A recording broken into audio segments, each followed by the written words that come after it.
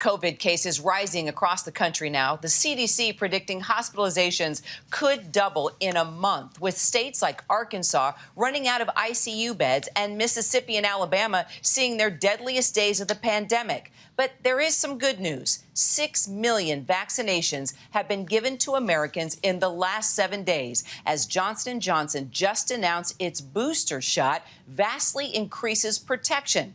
Our Marcus Moore has more. This morning, breaking news about the single-shot Johnson & Johnson vaccine. The company saying a new study found that antibody levels in people who got the shot and a J&J booster shot 6 months later increased 9-fold. Prior research indicating immunity from the single-shot vaccines lasts at least 6 months. Experts saying the data shows that boosting is safe and effective.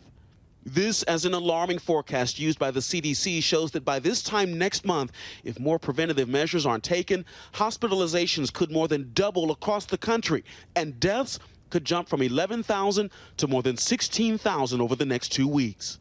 On Tuesday, some promising news. The White House announcing 6 million shots have gotten into arms in the last 7 days, the highest 7-day total the country has seen in the last 6 weeks. We're seeing the greatest increases in states that had been lagging on vaccinations. In Alabama, Arkansas, Louisiana, and Mississippi, more people got their first shots in the past month than in the prior 2 months combined. The news comes as hospitals in several of those states are struggling. In Arkansas, they're out of ICU beds for COVID patients. Those beds are full right now. I know our hospitals are trying to bring some additional online, but that is a cautionary note for everyone. Both Mississippi and Louisiana seeing their deadliest days since the pandemic began. Inside Shreveport Willis-Knighton Hospital, first responders facing unimaginable pressure. If I don't show up tomorrow, there's nobody here to take care of this patient. There's nobody here to hold this phone and let them talk to their family the last time before we put a tube in them. Here at Jenny Seeley Hospital in Texas, they have not turned away any patients, but the situation is dire enough that in some cases people are having to wait longer in the ER, and they're also using the hallways to make more room. This is clearly far from over, and the staff here hoping for relief. Marcus Moore, ABC News, Galveston, Texas.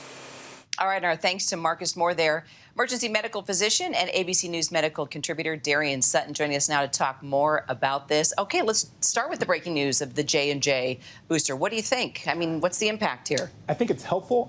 This story about antibody increases after the second J&J booster shot within their studies is a helpful hint at a larger question, which is what level of antibodies do we need to confirm immunity to COVID-19?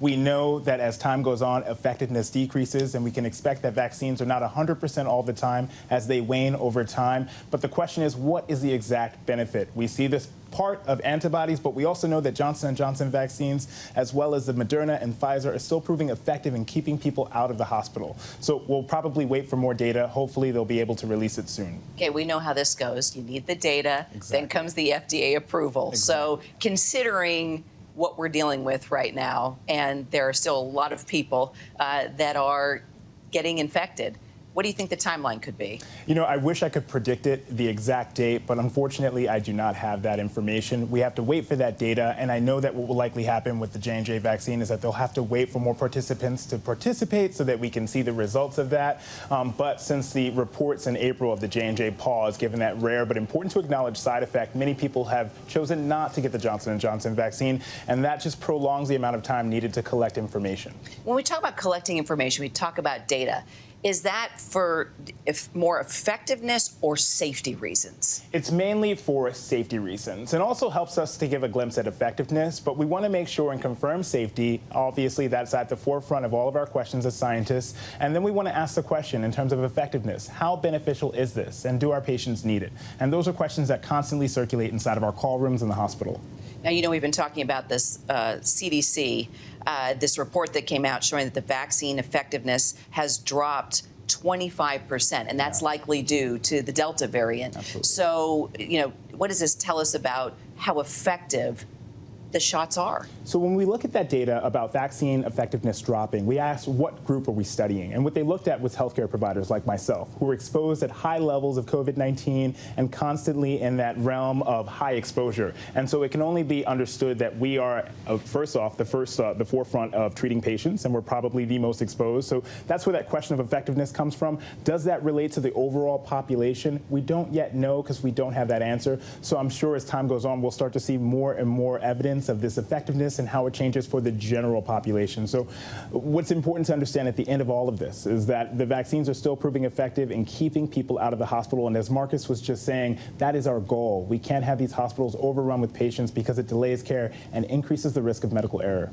Well, you and I were together on set when I was able to interview the CEO of Pfizer when the big news came out, this week. And I asked him this, and we talked about this. You wanted to know this as a doctor. If we've had the Pfizer or, Moderna doses, are we going to need a booster shot? Yeah, so that is what the question is that we're all trying to cipher through right now. And so what we've seen is that the booster shot will likely be recommended coming September for the general population. The question is after that, will we need repetitive booster shots? And it can only be expected that we likely will, but that's dependent on a couple of different factors. Number one, in the future, what is the rate of incidence of cases of COVID-19? Number two, who are those who are becoming infected and requiring assistance after their vaccination, aka the breakthrough rates. And so these variables are what we take into our minds when we're making a decision about who gets a booster shot and if it is needed. Got it. And finally, 6 million vaccinations have now been given to Americans. That's pretty amazing. Incredible. So, and that's just in the past week, right? And now the CDC predicts that hospitalizations could double in a month. Yes. So and we finally have full FDA approval for Pfizer. So where do we stand at this moment with regard to moving forward? Because it seems like we get a little good news and then we get bad news. It's a race. Delta is proving exceptional in terms of the amount of effort that is required in order to treat it. And unfortunately, it is increasingly transmittable. And what we know is that those who are transmitting it are unvaccinated. And so we have to focus on that group because they are the main drivers of infection, and more than 95% of hospitalized patients are currently not vaccinated. So yes, boosters are very important, but we have to focus on the low-hanging fruit here, and it is those who are not vaccinated. I remember interviewing a nurse just a few weeks ago, and everybody that was in the hospital at that moment, she told me